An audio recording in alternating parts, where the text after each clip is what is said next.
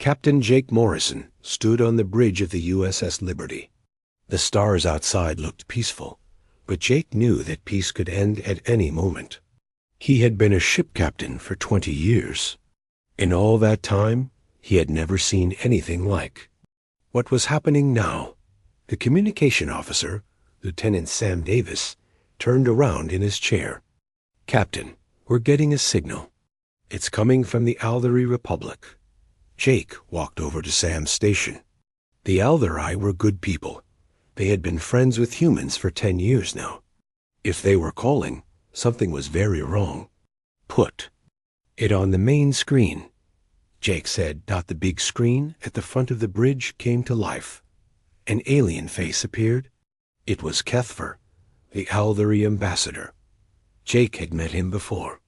Kethver looked scared, and that worried Jake more than anything else. "Captain Morrison," Kethver said.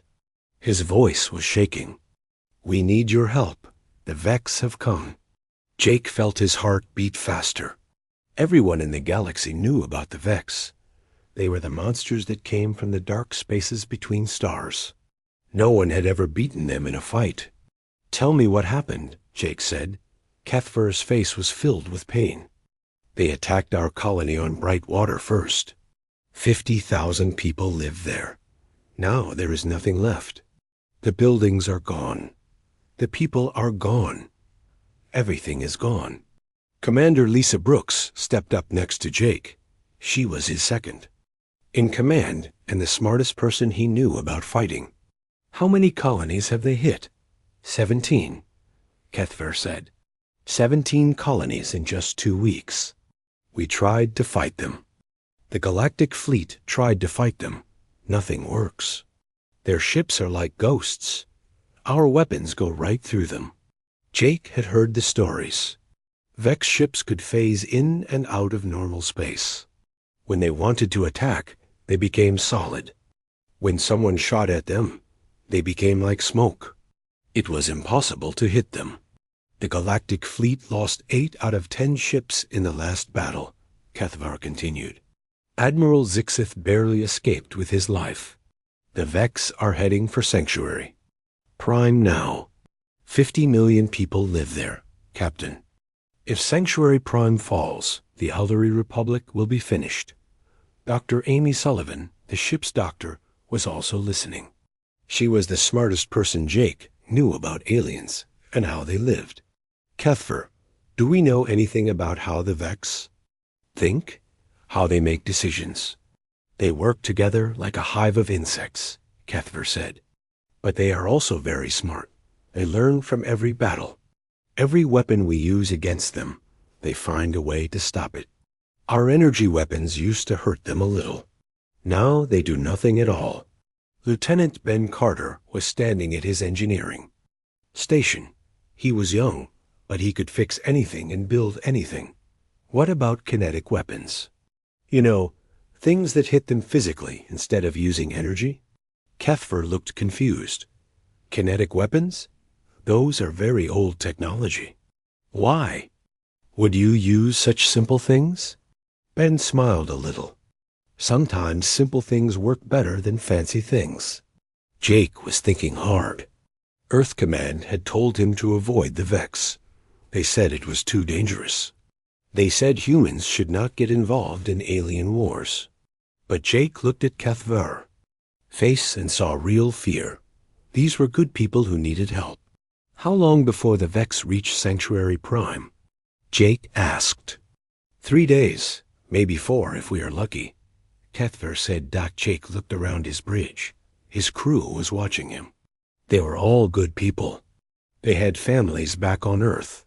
If they went to fight the Vex, some of them might not come home. Lisa seemed to know what he was thinking. "Captain, the crew will follow you wherever you decide to go." Sam nodded. "We didn't join the Space Navy to run away from fights." Dr. Sullivan stepped forward. "Those people on Sanctuary Prime don't deserve to die. If we can help them, we should try." Ben was already working at his station. "I'm pulling up everything we know about Vex ships. Maybe there's something everyone else missed." Jake made his decision. Kethver, we're coming. Send us the location of Sanctuary Prime and all the information you have about Vex ships.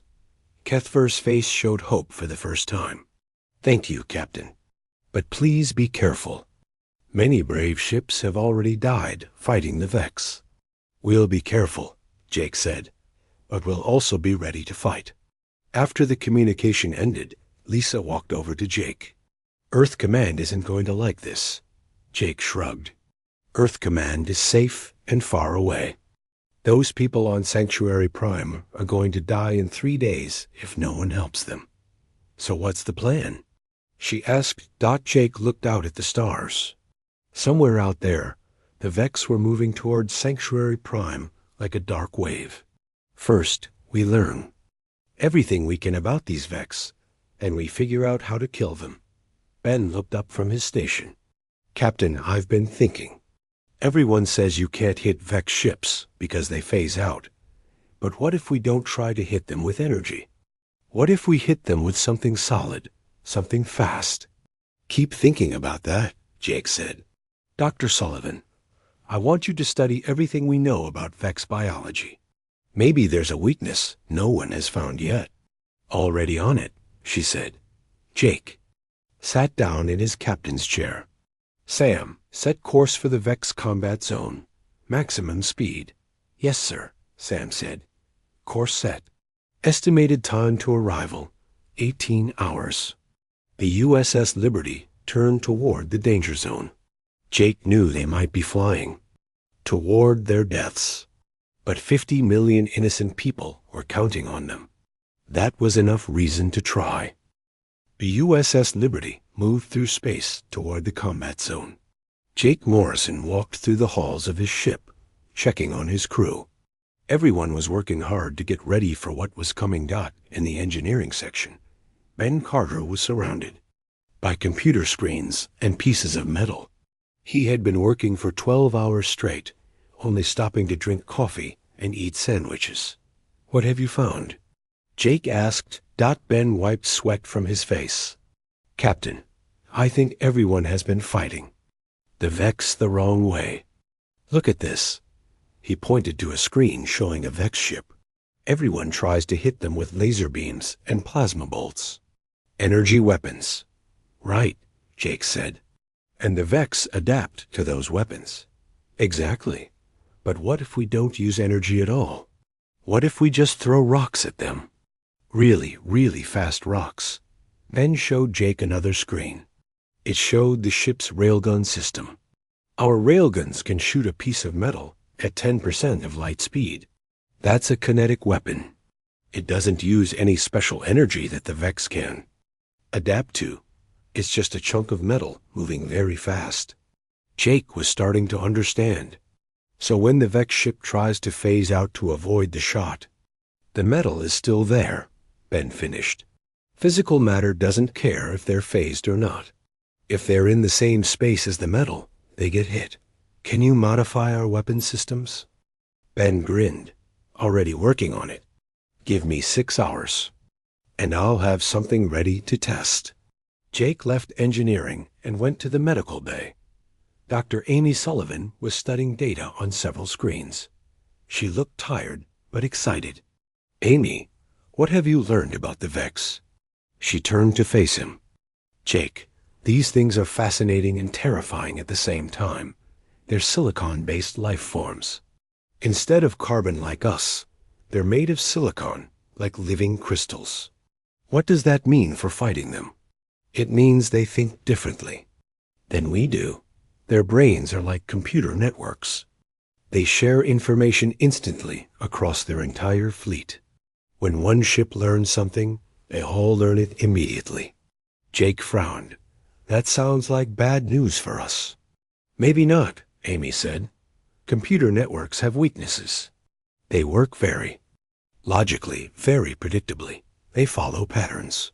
Humans don't always follow patterns. We do crazy things that don't make logical sense. You think that might help us? Amy nodded. I think the Vex expect their enemies to act in logical ways. If we do something completely unpredictable, It might confuse them. Jake went to the bridge next. Commander Lisa Brooks was studying battle reports from the Galactic Fleet's fights. With the Vex. What's our situation, Lisa? Not good, she said honestly. The Vex fleet has about 200 ships. The Galactic Fleet is down to 30 ships, and most of those are damaged. We're going to be very outnumbered. Jake sat down in his captain's chair. Through the main screen, he could see the edge of the combat zone. Space debris floated everywhere. Pieces of destroyed ships from a dozen different species. Captain. Sam Davis called from his station. I'm picking up 3 ships on sensors. They're moving toward us fast. Vex? Jake asked. Unknown design, but they matched the descriptions we were given. Jake felt his heart beat faster. This was it. Their first encounter with the enemy. All hands, battle stations, raise shields. Charge. Weapons. The bridge lights dimmed to red. Warning alarms sounded throughout the ship. Jake could hear his crew running to their positions. The 3 Vex ships appeared on the main screen. They were ugly things, like giant metal spiders with too many legs. They moved in a way that hurt to look at, shifting in and out of normal space. There. Scanning us, Lisa reported. Energy readings are off the charts.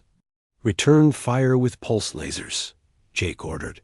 The Liberty's energy weapons fired bright blue beams at the Vex ships.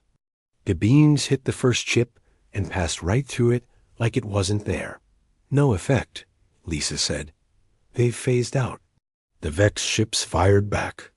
Strange purple energy bolts hit the Liberty's shields. The ship shook and sparks flew from several stations. Shields down to 60%, Sam reported.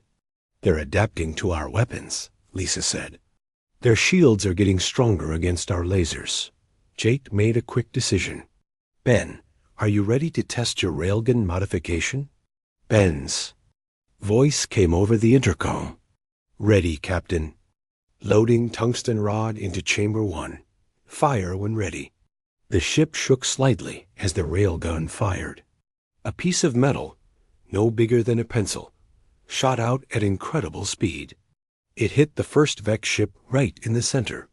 The results were immediate and dramatic.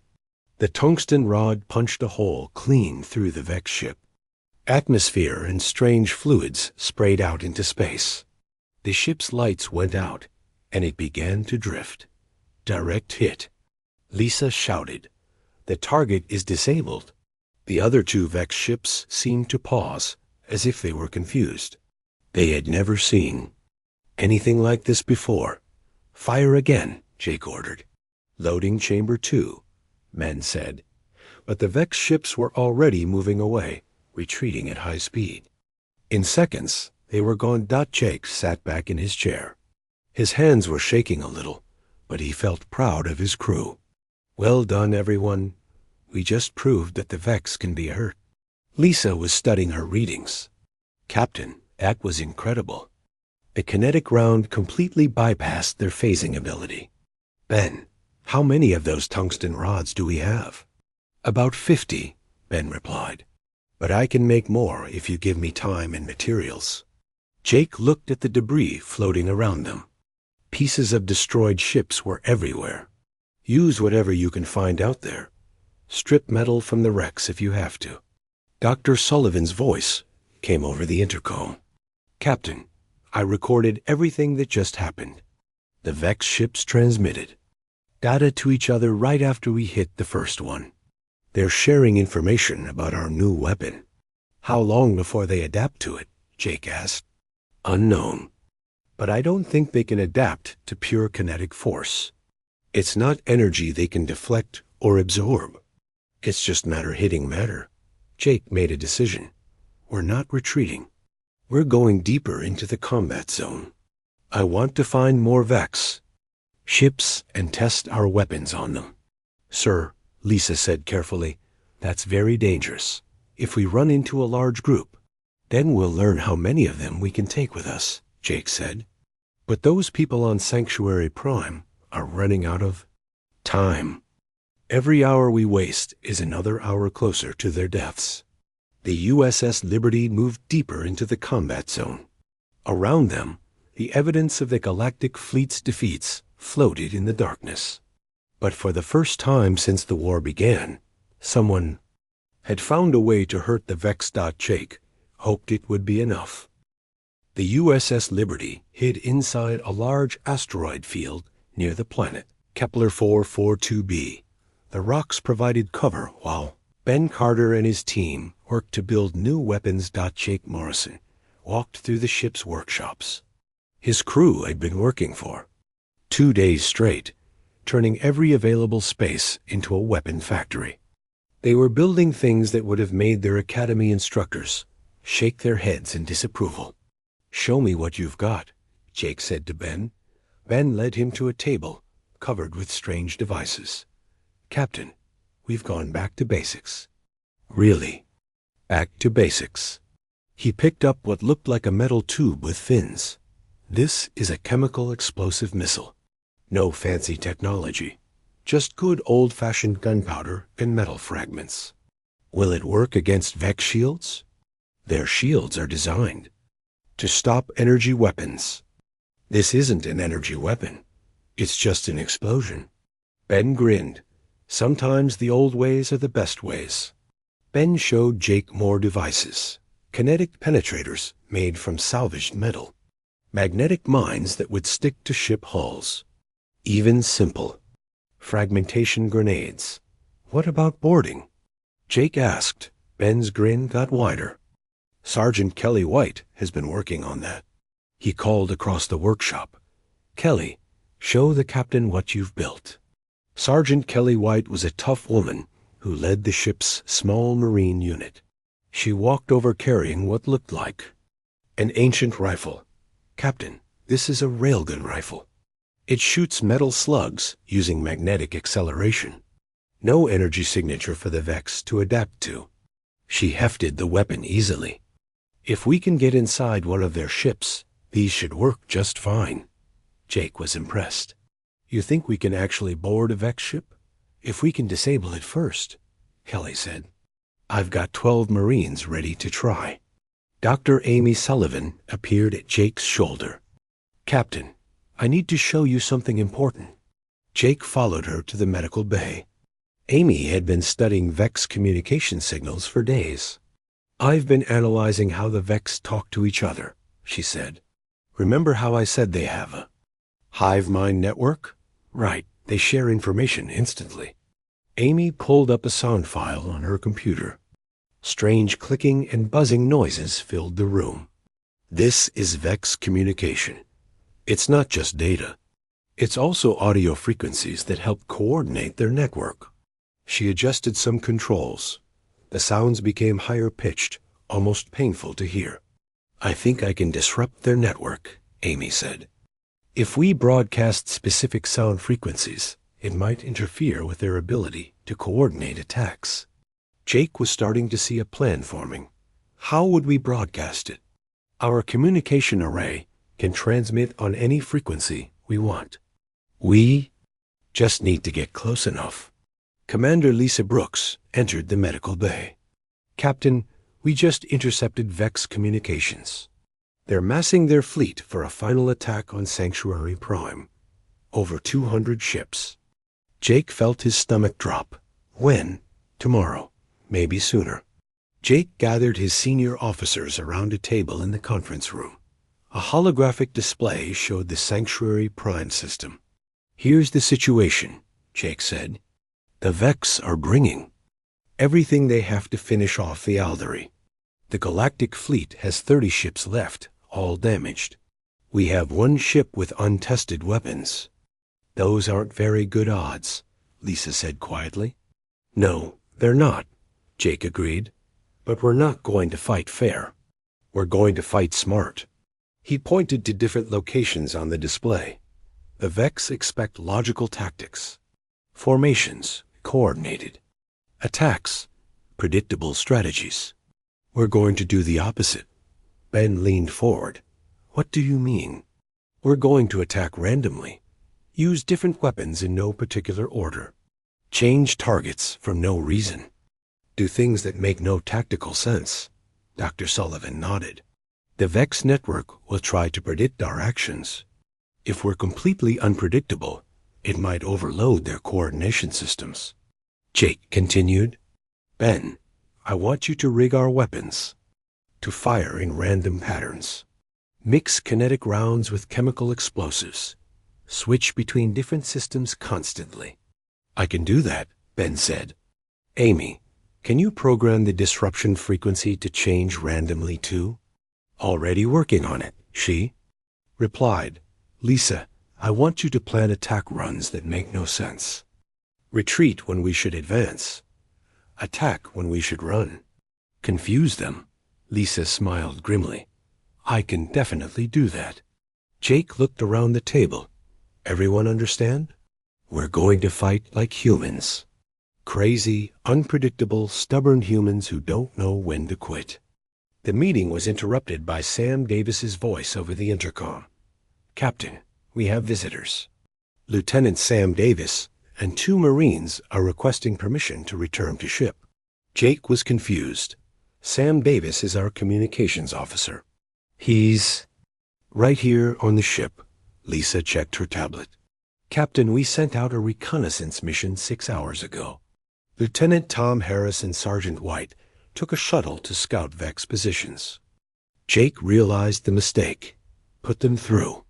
The voice came back. This is Lieutenant Tom Harris returning from reconnaissance. We have important intelligence and a prisoner. A prisoner? Jake asked. We captured a Vex drone, sir. It's small. About the size of a basketball, but it's alive and intact. 20 minutes later, Tom Harris and Kelly White were in the conference room with a strange metallic sphere sitting on the table.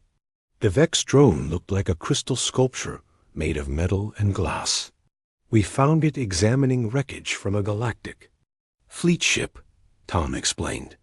It was so focused on its work that it didn't notice us approaching. Dr. Sullivan was already scanning the drone with her medical equipment. Fascinating. It's definitely alive, but also partly mechanical. The perfect blend of biology and technology. Can we communicate with it? Jake asked. Amy tried several different approaches. Finally, the drone responded to a specific frequency of sound. Strange clicking noises came from inside its crystalline structure. It's trying to contact the main fleet, Amy said. But I'm blocking its transmission.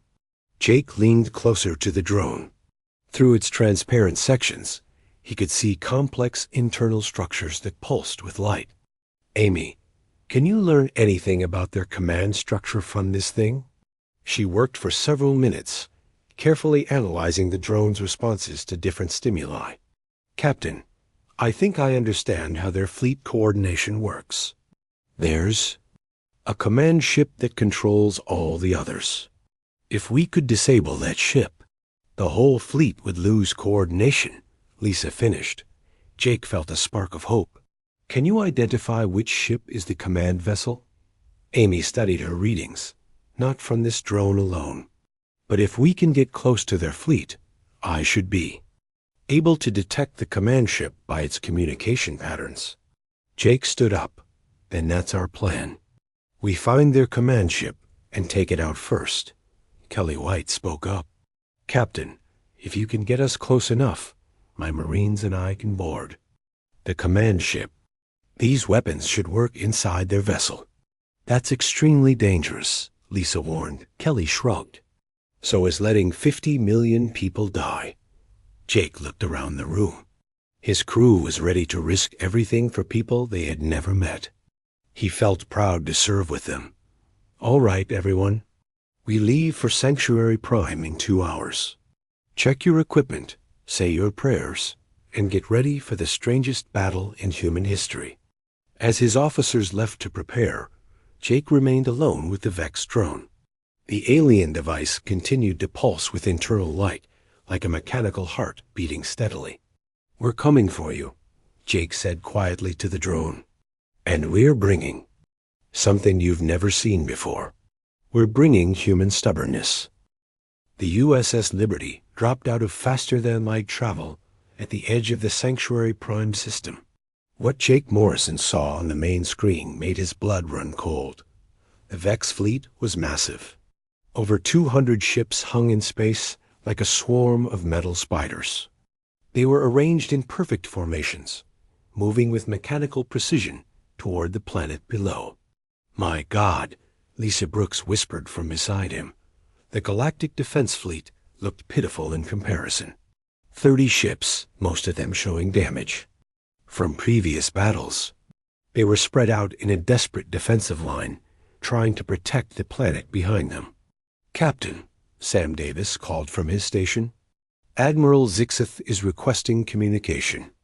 "Put him through." The Althery Admiral appeared on screen. His blue skin was pale with stress, and his large eyes showed exhaustion. "Captain Morrison, you came." "I did not think anyone would answer our call." "We're here to help," Jake said. "What's your tactical situation?" "Hopeless," the Admiral said honestly. "We have tried everything.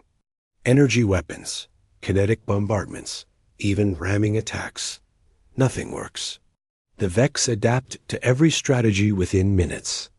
Jake could see explosions in the distance as Vex ships attacked the defensive line. Another Galactic Fleet ship went dark as its shields failed. "Admiral, I need you to trust me. My ship is going to do things that will look very strange. Don't try to copy our tactics. Just keep the Vex busy while we work." The Admiral looked confused, but nodded. "We will do what we can." Jake turned to his crew. "This is it, people. Amy, start broadcasting the disruption frequency. Change the pattern every 30 seconds. Lisa, take us into the middle of their formation." "Into the middle?" Lisa asked. "Captain, that's suicide." "Maybe, but it's also the last thing they'll expect." The Liberty accelerated toward the Vex fleet. Jake watched the tactical display as hundreds of enemy ships turned to face them. "They're adapting their formation to surround us," Lisa reported. "Perfect." Jake said, "Ben, are the weapons ready?" "All systems modified and loaded," Ben replied. "Kinetic rounds, chemical explosives, fragmentation charges, and some surprises I cooked up. Fire everything. Random targets, random timing. Make it look like our weapons are malfunctioning." The Liberty began shooting in all directions. Tungsten rods flew toward some ships, while chemical missiles headed for others. Fragmentation charges exploded near groups of Vex vessels, sending metal fragments flying in every direction. The effect was immediate and dramatic. Several Vex ships took direct hits from kinetic rounds and began leaking atmosphere. Others were damaged by explosive charges that their shields couldn't stop. But more importantly, the entire Vex formation began to break down. Ships collided with each other as they tried to respond to attacks coming from random directions. Their coordination was falling apart. "The disruption frequency is working," Amy called out. "Their network is struggling to process our unpredictable attacks." "Keep it up," Jake ordered. "Lisa, evasive maneuvers. But make them random too. Turn left when you should turn right." The Liberty spun and twisted through space in patterns that made no tactical sense. Vex ships fired at where they predicted the human ship would be, but hit empty space instead. "Captain," Amy said urgently, "I'm detecting the command ship. It's the large vessel at the center of their formation. It's trying to restore network coordination." Jake could see it on the screen. A Vex ship twice the size of the others, covered in communication arrays and sensor equipment. "Kelly, are your Marines ready?" Sergeant Kelly White's voice came from the Marine Bay. "Ready, sir. Boarding pod is loaded and armed." "Take us close to that command ship," Jake told Lisa. The Liberty dove toward the massive Vex vessel, dodging energy bolts and phasing attacks. Jake watched the distance meter count down. 2 kilometers. 1 kilometer. 500 meters. Launch the boarding pod. A small armored capsule shot out from the Liberty's belly. Inside were Kelly White and her 12 Marines, armed with kinetic weapons and explosive charges. The boarding pod slammed into the side of the Vex command ship and began cutting through the hull with plasma torches. "Boarding already away," Kelly reported over the radio. "We're inside." What happened next was chaos.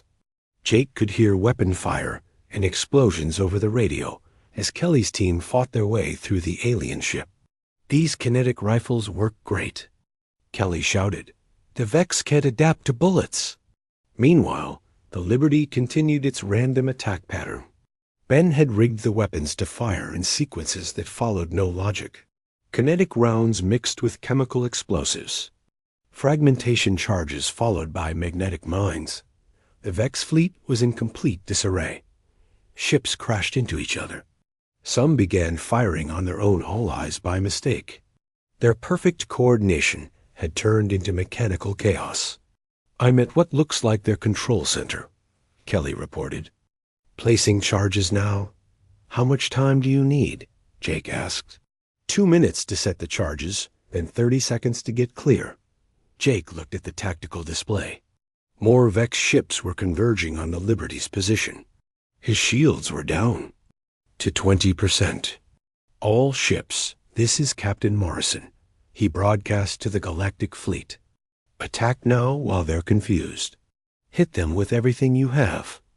The 30 remaining Galactic ships surged forward, finally able to damage Vex vessels that couldn't coordinate their defenses. "Charges set," Kelly called. "We're heading back to the boarding pod." 15 seconds, Jake counted down. 10, 5. The Vex command ship exploded from the inside. The massive vessel broke apart in a chain of secondary explosions that lit up space like a new star. The effect on the Vex fleet was immediate. Without their command ship, the remaining vessels lost all coordination. They began flying in random directions, some attacking each other, others simply drifting powerless through space. "It's working." Admiral Zixith's voice came over the radio. "The Vex fleet is retreating. They're actually running away." Jake watched as the surviving Vex ships fled the system in complete disorder. After months of unstoppable advance, they were finally beaten. "Kelly, report," Jake called. "Boarding party." "Secure and returning to ship," Kelly replied. "We took some damage, but everyone's alive." Jake sat back in his captain's chair, hardly believing what had just happened. They had faced impossible odds and won through sheer human stubbornness and unpredictability. "Casualty report," he asked. "Minor injuries only," Dr. Sullivan reported. "The boarding team has some cuts and bruises, but nothing serious." Lisa was studying her tactical display. "Captain, we destroyed or disabled over 60 Vex ships. The Galactic fleet finished off another 40 before the rest retreated. And our ship? Hull damage in several sections. Shields are recharging. But all major systems are operational." Jake opened a channel to Admiral Zixith. "Admiral, what's your status?" The Alvery commander appeared on screen, and for the first time, he was smiling. "Captain Morrison, in all my years of military service, I have never seen anything like what your ship just did. You single-handedly saved 50 million lives today." "We all did it together," Jake replied. "How many ships did you lose?" "Only 3. Thanks to your distraction, we were able to save most of our fleet." The Admiral paused. "Captain, how did you know their tactics would fail against unpredictable attacks?" Jake thought about how to explain human nature to an alien. "Admiral, the Vex think like machines. They expect logical responses to their actions. Humans don't always act logically. Sometimes we do crazy things just because we can." "Your crazy things just saved the Alvery Republic," the Admiral said. "We will not forget this debt." As the Liberty began moving toward Sanctuary Prime for repairs, Jake looked out at the debris field that had once been a Vex fleet. First time in months, The galaxy had hope again. The monsters from the dark could be beaten. It just took humans to show everyone else how to do it. 1 week after the battle, Jake Morrison stood in the observation deck of Sanctuary Prime Orbital Station. Through the large windows, he could see his ship, the USS Liberty, getting repairs. Work crews from a dozen different species were fixing the damage from the fight. Captain Morrison? Jake turned around. A young Aldari female was standing behind him. She was wearing the blue robes of a civilian administrator. Yes, my name is Lyra Veth. I lived on Brightwater Colony before the Vex attacked. Her voice was quiet but steady. I wanted to thank you. My family was evacuated just before the attack. If you hadn't stopped the Vex, they would have destroyed every colony in our system. Jake felt uncomfortable with the praise. We just did what anyone would do. No, Lyra said firmly. The Galactic Fleet tried to stop the Vex for months. They failed. You succeeded in one battle. You saved millions of lives.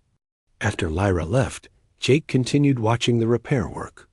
His crew was getting well-deserved rest, but he couldn't stop thinking about what had happened. Commander Lisa Brooks joined him at the window. The engineers say we'll be ready to leave in 2 days. Good. I'm ready to go home. Lisa was quiet. For a moment, Jake, we're not going home. Not yet. Jake looked at her. What do you mean? I just got a message from Earth Command. They're sending 12 more ships to patrol this sector. They want the Liberty to stay and help train the crews. Jake sighed. I suppose that makes sense. We're the only ones who know how to fight the Vex. There's more, Lisa said. The Galactic Council is inviting humanity to join as a senior member. They want us to help reorganize galactic defense. Jake was surprised. That's a big change. Humans have only been in space for 50 years. Apparently, 50 years is enough when you can do things no one else can do. Dr. Amy Sullivan appeared in the doorway. Captain, you need to see this. She was holding a data tablet and looked excited.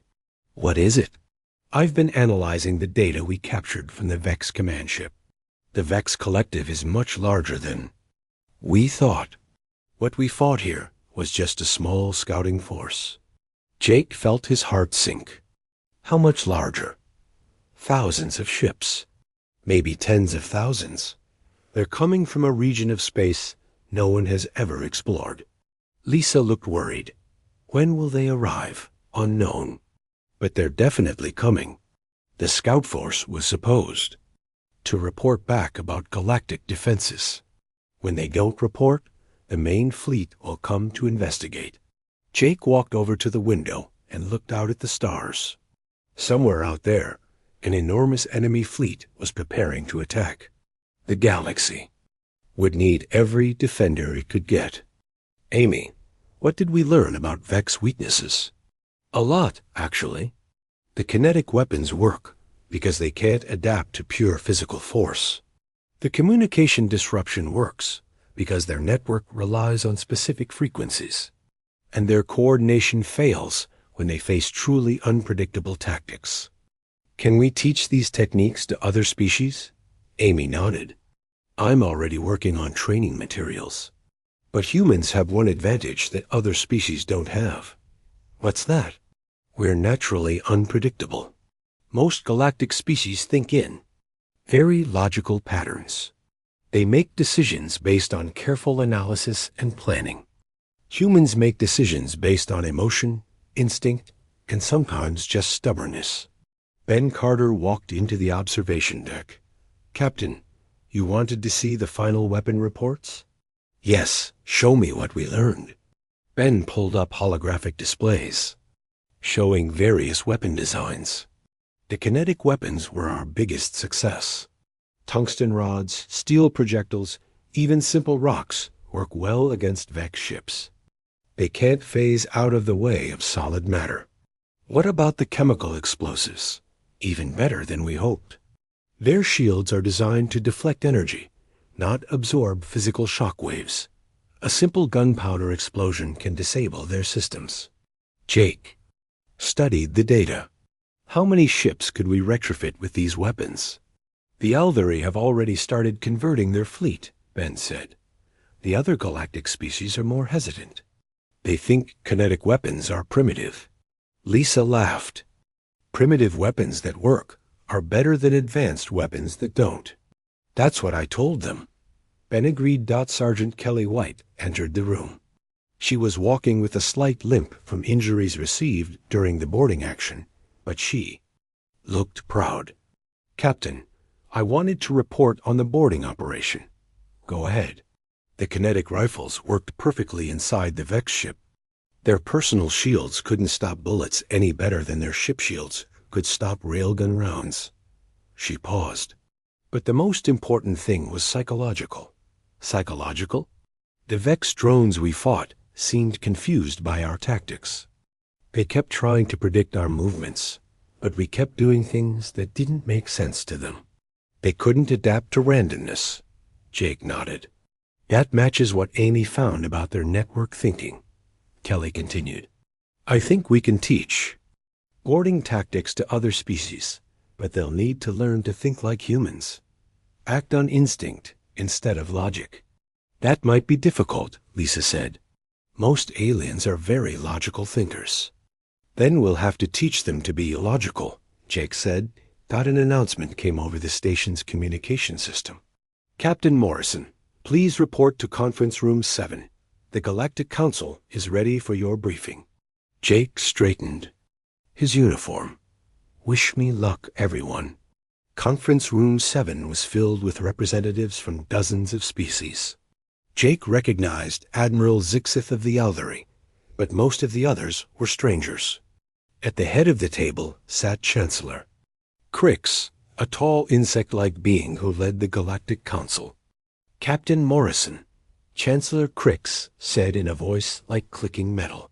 We have heard remarkable reports of your victory over the Vex scouts. We had help from many brave people, Jake replied diplomatically. Modest as well as effective, said another council member. Captain, we need to understand how you achieved what our entire combined fleet could not. Jake spent the next hour explaining human tactics, kinetic weapons, and unpredictable strategies. The council members asked many questions, some of which Jake couldn't answer. Captain, Chancellor Crix finally said, the council has made a decision. We are formally inviting humanity to join the Galactic Defense Alliance as a senior partner. Will Earth accept this responsibility? Jake thought about his answer carefully. Chancellor, I can't speak for my entire species, but I can tell you that humans don't abandon friends who need help. Then we will send an official invitation to your Earth government, the Chancellor said. In the meantime, we request that you remain here to help prepare our defenses for the main Vex fleet. How much time do we have? Our best estimates suggest 6 months to 2 years before they arrive in force. Jake felt the weight of responsibility settling on his shoulders. The fate of the galaxy might depend on how well humans could teach others to fight like humans. After the meeting, Jake returned to the Liberty. His crew was waiting for him in the ship's conference room. Well, Lisa asked, we're staying. Earth is sending more ships, and we're going to train the galaxy to fight like humans. Ben grinned. Think they can learn? They'll have to, Jake said. Because when the main Vex fleet arrives, logical thinking and advanced technology won't be enough. They'll need human stubbornness. Dr. Sullivan pulled up a star chart. I've been studying the region where the Vex come from. It's completely unexplored space beyond the galactic rim. What do you think we'll find there? I don't know. But I think humans will be the ones to find out. Jake looked around at his crew. They had volunteered for a simple patrol mission and ended up saving the galaxy. Now they were going to help prepare for the biggest war in galactic history. All right, people, we have work to do. The galaxy is counting on us to teach them how to fight like humans. What's the first lesson? Kelly asked. Jake smiled. Sometimes the best strategy is to do something so crazy that the enemy can't predict it. Outside the ship's windows, work crews continued repairing damage from the battle. But Jake knew this was just the beginning. Somewhere in the dark spaces beyond the galaxy, a vast enemy fleet was preparing for war. A galaxy would be ready for them. Humans would make sure of that. As Jake walked to his quarters, he passed the ship's communication center. A message was waiting from Earth Command. He opened it and read, Captain Morrison, Congressional vote unanimous. Humanity accepts Galactic Council invitation. 12 ships departing Earth tomorrow. Galaxy Command being established. You are hereby promoted to Admiral and placed in command of Galactic Defense Training. Make us proud. Admiral Chun, Earth. Space Command. Jake stared at the message for a long moment. Admiral Morrison. He had gone from ship captain to Galactic Defender in the space of a week. He thought about the young Alvari woman who had thanked him, about the 50 million people on Sanctuary Prime who were alive because his crew had refused to give up, about the thousands of species across the galaxy who were counting on humans to teach them how to survive. Jake deleted the message and headed for the bridge. There was work to do.